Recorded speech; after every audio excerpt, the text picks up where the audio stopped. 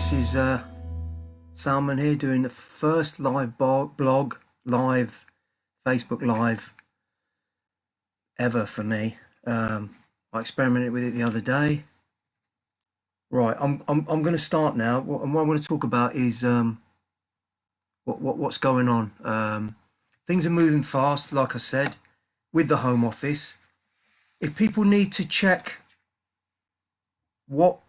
what's going on, what you can do is you can go, if you just go on Google and if you type in on the search bar Home Office updates, then what will happen there is you can see that what the Home Office is doing, and sometimes things change on a daily basis. The last update was on April the 6th, and it was talking about, you can call it an amnesty, but basically it was an extension, an automatic extension of visit visas. And what we want to try to do is we want to campaign around to extend that to other, but basically all migrants who are stuck in limbo. We've had a lot of issues with guys saying that they won't be able to get a solicitor because they can't see any face-to-face interviews. They're worried that they're going to miss deadlines, appointments have been cancelled, things like that. So people are quite concerned about that. Also, what's happened is the government have announced that nurses and doctors who work for the NHS will be given an automatic extension, I think, for 1 year. And what we want to do is we want to extend that basically to all, if you like, essential workers, but also a visa should be extended to all migrants, really, because we've got people who've got marriage visas who are now worried that their visa's going to expire, but they don't meet the financial requirements because they're not earning, they've been made redundant.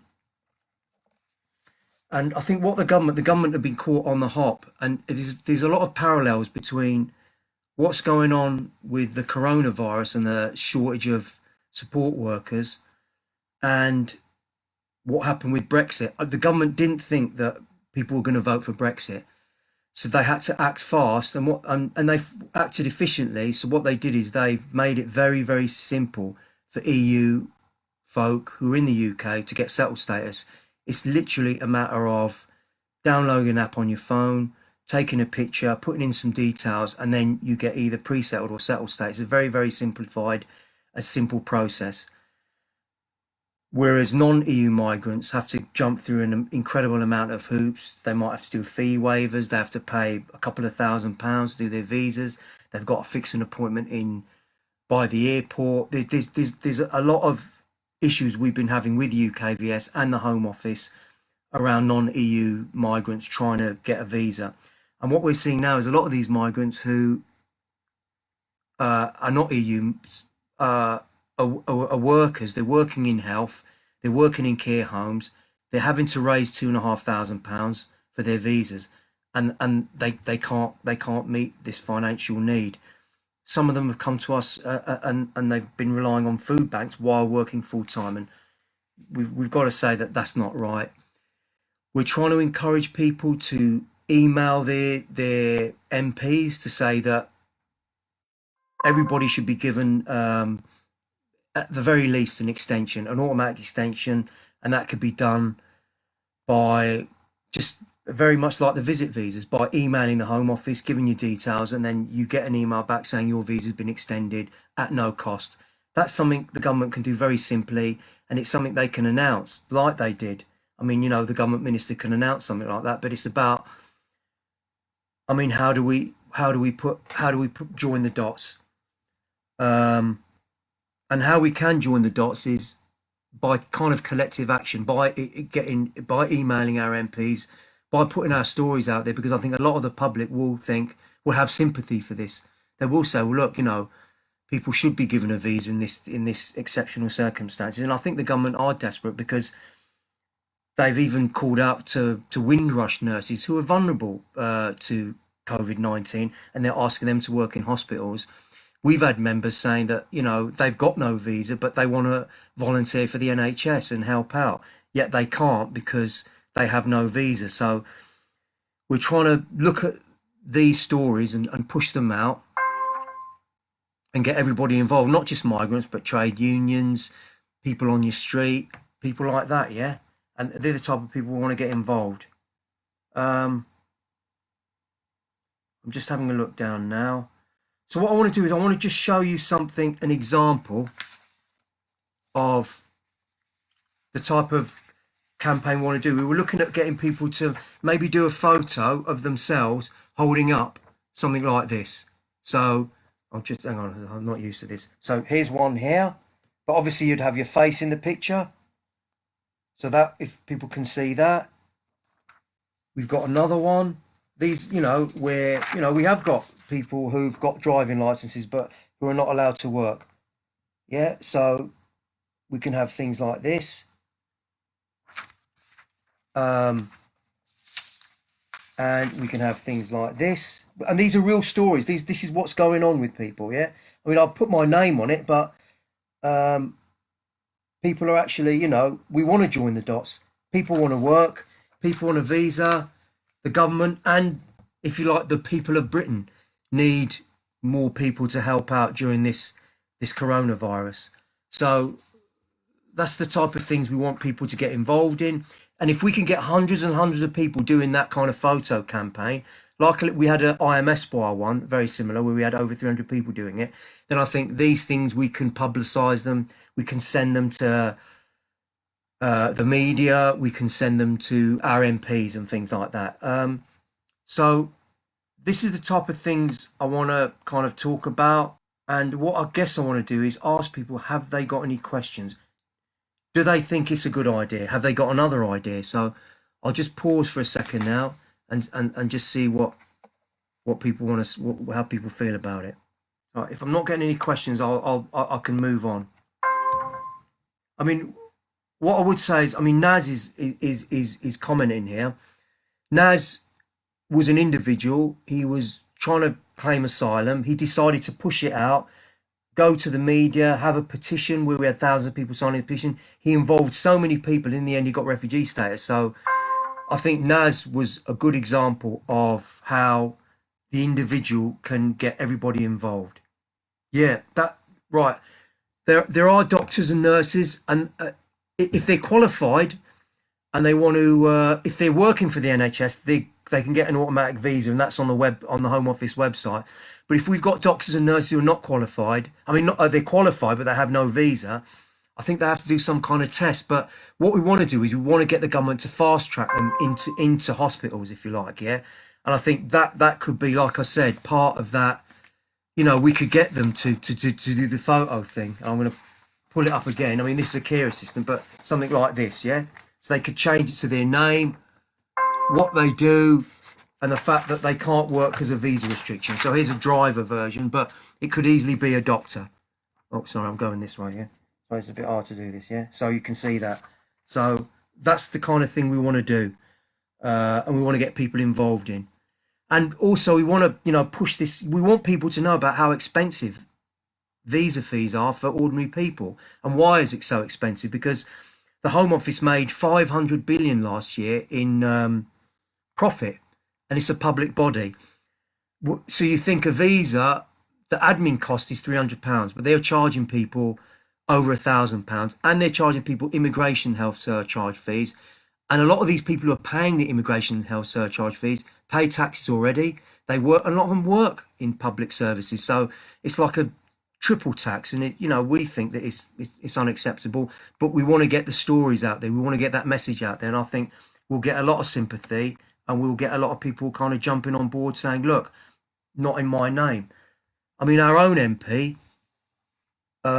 is there a deadline for the, I don't think there's a deadline. I think the qualified, if they're actually working in the NHS, I think there's a simple process. And if people can, if they inbox me, if they are doctors and nurses and they want to find out more about it, I can send them the forms, or we can have a look at how to do that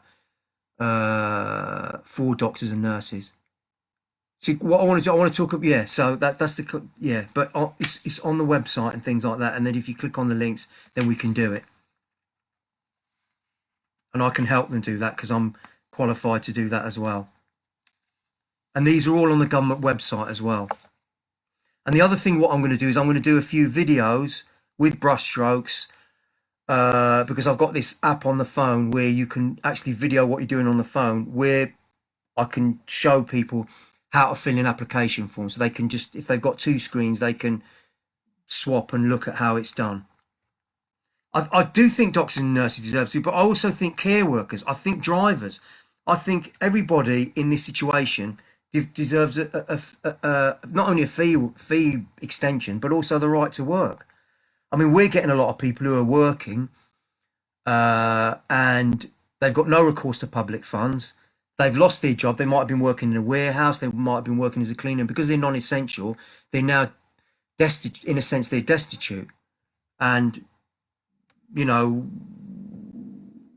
there should be a simplified process where they can just email rather than having to fill in a long and lengthy form of that the form is change of conditions.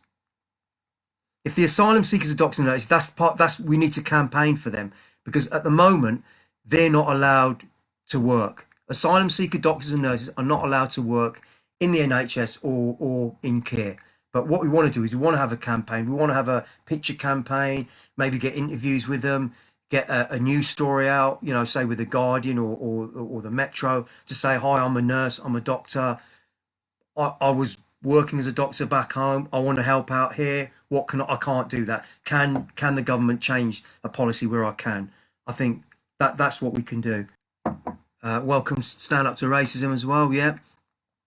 I think Stand Up to Racism is a very good organisation people can link with. They helped us a lot with the NAS campaign. They helped us a lot with the I'm Espoir campaign. They're good guys. They've got a lot of connections, a lot of contacts with trade unions, with other activists. And I think it is, you know, I always contact Stand Up to Racism to kind of help out around those kind of stuff, yeah? So, you know, welcome Stand Up to Racism. Has anyone got any questions? Okay, but I can talk about some finite things. Some questions people are asking me are, does it affect everybody? Is everything on hold when it comes to visas? And what I have to say is no, things are not on hold. What the Home Office is saying is make your applications, put your applications in, but you don't have to have an appointment. So what's happening is I mean, I did one today. You put your visa application in, and ordinarily what you would then do is you would go and arrange an interview via UKVS or phoning up the Home Office. But all those have been suspended. But as long as you put your application in online, your visa carries on. And what the immigration rules say, and that's called 3C leave. What 3C leave is if you've applied for an extension and it's before your current visa's run out, your leave carries on until a decision's made. So, you know, I can't stress enough, you know, people need to, if their visas are running out, contact me. I can help you renew your visas and things like that.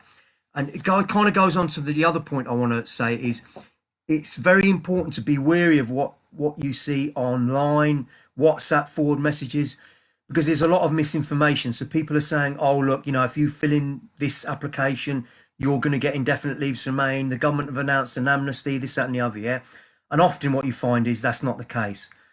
So you've really got to be wary about, you know, a lot of these misinformation things which go out on WhatsApp, which go out, you know, online and things like that. So again, if in doubt, contact me. I'm happy to answer any questions. I mean, I can't answer the questions right now, but if people inbox me, then I can message you later on, because I can't answer questions while I'm doing this live feed thing. Yeah. So I'm just going to go down and see if I've got any other questions. Oh, great. Thanks, Migrant Voice, for linking us to IMS Bar. Yeah, put through any doctors, nurses, things like that. But again, at the moment, doctors and nurses who are asylum seekers are not allowed to work. And they have to have a sufficient amount of English. But what we want to do is we want some kind of system where it's fast tracked. And I want to go back to what happened with EU citizens. They got rid of a lot of rules and regulations to make it easier for EU citizens in the country, in the UK, to get settled and permanent residence. I think, in a sense, if they can do it for EU citizens, they can do it for a lot of other migrants who they kind of. I know it sounds very cynical, but they now need. The biometric offices are closed at the moment, but you still have to put your application in. When we used to put the applications in, they'd say you have to book an appointment by this date. Now, if you look, they say you've got to book an appointment by the end of December. And also what they say is we're going to contact you when we open. But what I always say is we've got to keep checking the UKVS website. We've got to keep checking the government. I do it, I mean, because it's my job, but I do it daily, or, you know, I do it at least once a week. Check, just Google government home office updates. If you put it on Google, and then you can see that, and then you can see the updates. Some of them don't affect you. Some of them are about tier workers, but some of them do. And again, if in doubt, message me, inbox me, and I can kind of give you a bit of clarity on that. So, you know, that's where we can go with that. And again, at the moment, things are constantly changing. Yeah. And, you know, that's what we need to do. Yeah. Yeah, we've got an email template, which we're asking people to do. And what I could do, I'll post that at the end. I'll just show it to you here because I've printed one off. But I don't know, you can just have a look at it anyhow. Yeah. In fact, I'll read it out. Yeah. Let me just find it. If I can't find, no, sorry about this. Here we go. And some people have already sent this out and they've got responses. And the email says, we welcome the news that some NHS staff and visit visas have been extended. We are, however, requesting that this be extended to all people whose existing leave in the UK is about to expire, as many might be ill and self-isolating. There is little or no access to advice services. Home office appointments have been cancelled.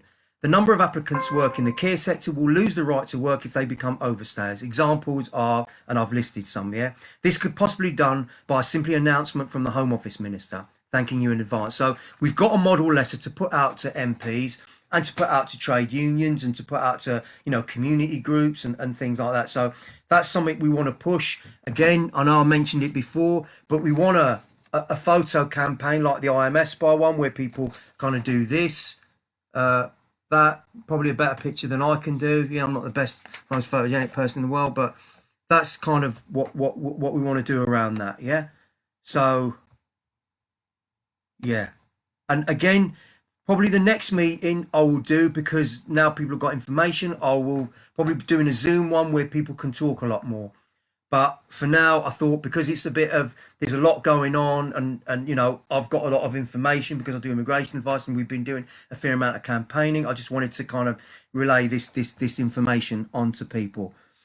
So I think, yeah, I mean, we can see as well. I printed off some news items. The Guardian here are talking about the NHS. Other countries are mobilising migrants.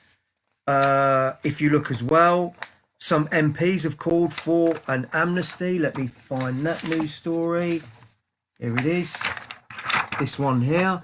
So, give foreign nationals in the NHS indefinite leave to remain. So there is movement. There is stuff going on where outside of us, people are beginning to say, look, this is a very unique situation. We need all the help we can get, and migrants can be part of that. You know, migrants can fight COVID. I mean, we've seen that with migrant docs. Sadly, some of them dying because of COVID-19. But, you know, without migrants, we have no NHS. So, yep. Another thing we can do is clap for carers at 8 o'clock tonight, because then we can make links with people we live with. You know, sometimes we don't know that our next door neighbour would be absolutely outraged about what's going on with a lot of healthcare workers who have to pay £2,500 to get a visa. So it's a good way to kind of connect our struggles together with the NHS.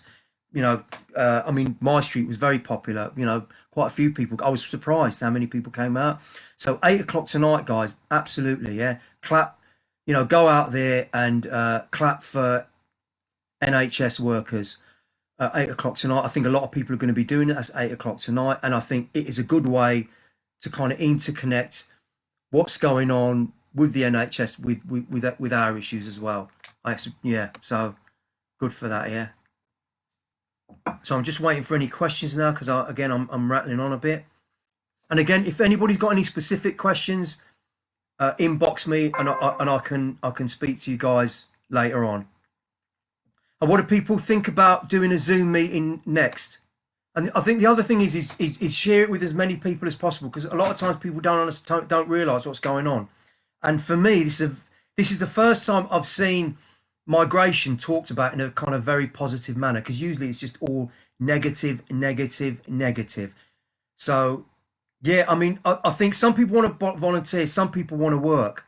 So I think that I think hundreds of thousands of people have signed up to this volunteer for the NHS, but a lot of our members have tried to sign up and they can't. And again, that can't be right. And I think that's a news story. That's a story where we can say, look, people want to go out and help, and there's a barrier that can't be right. So this policy needs to change, and I think things will never be the same again after what's happening.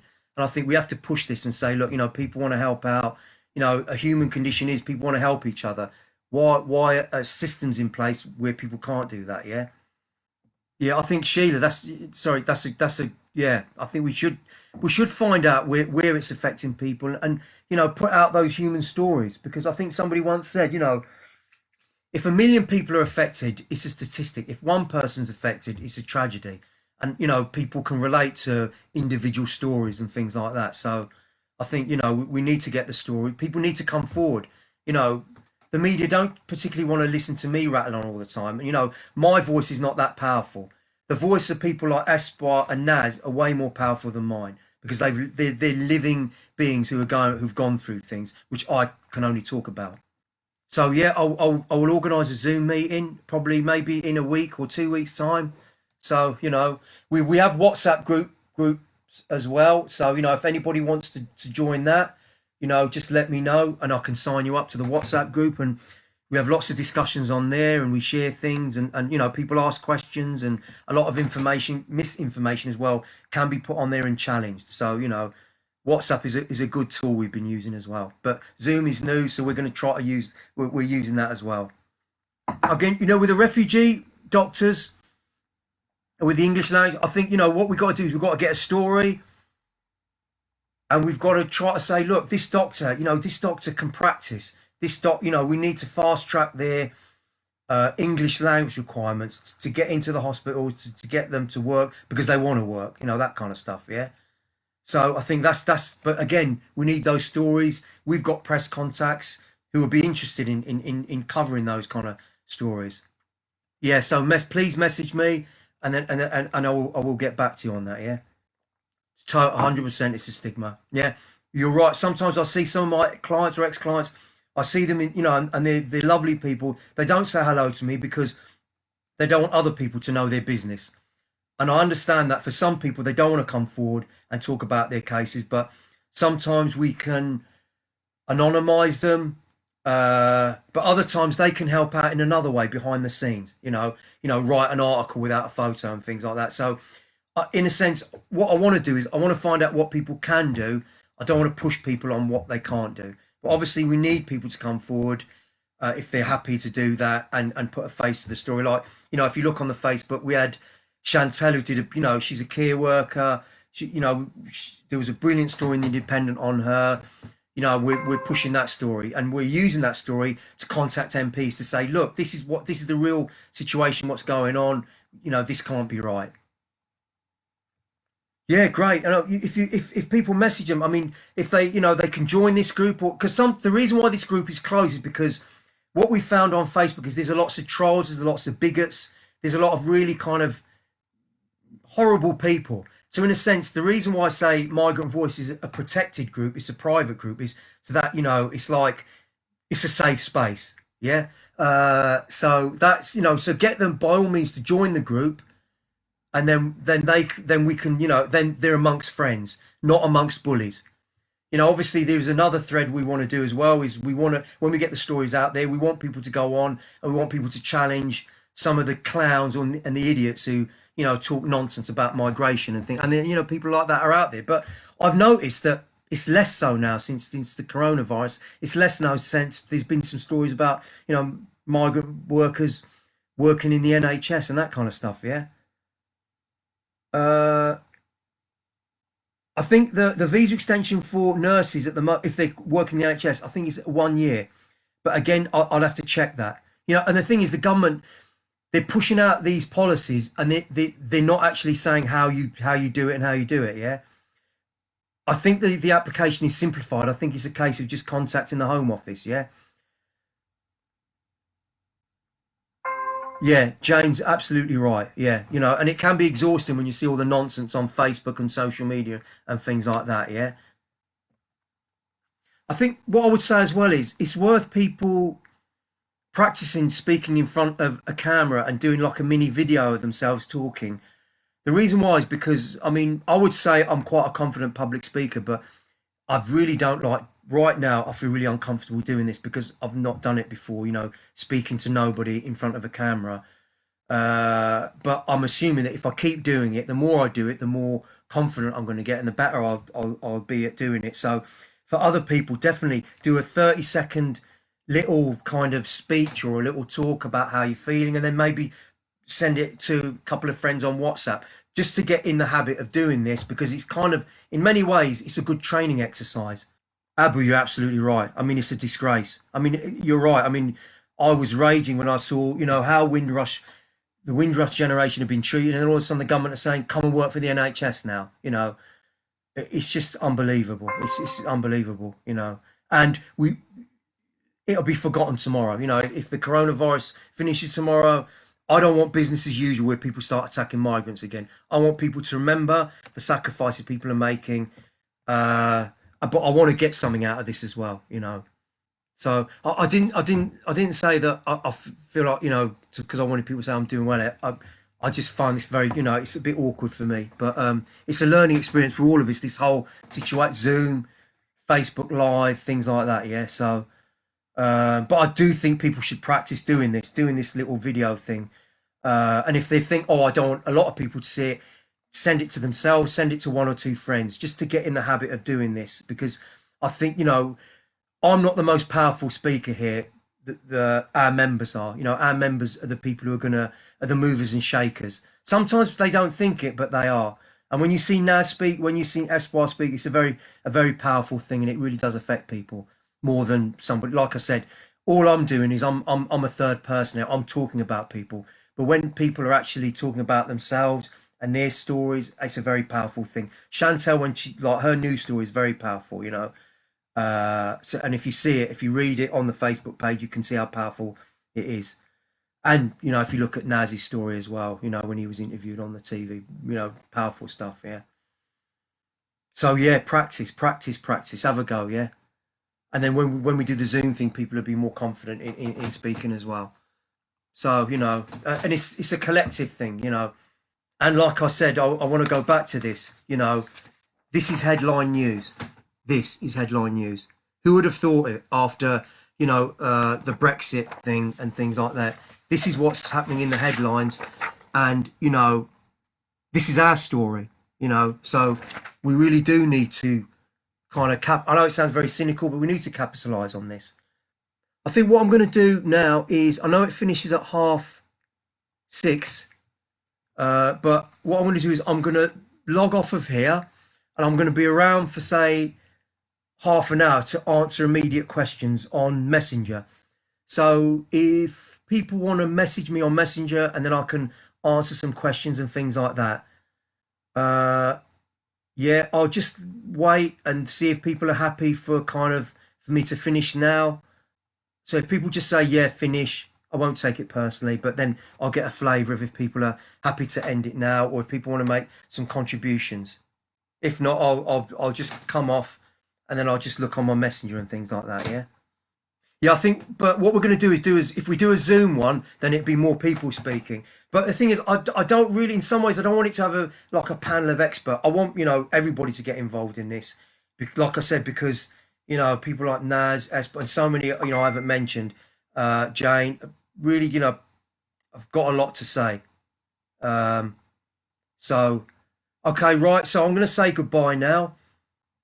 But I'm going to be sitting here. I'm going to probably put the kettle on, make another cup of tea, and I'm going to be answering people's questions. And then keep an eye on the Migrant Voice page, get people to join it. And thanks for joining this discussion. We're going to do a couple of things we're going to do. I want the photo thing, so I'm going to put a picture on there, get everybody else to start doing that.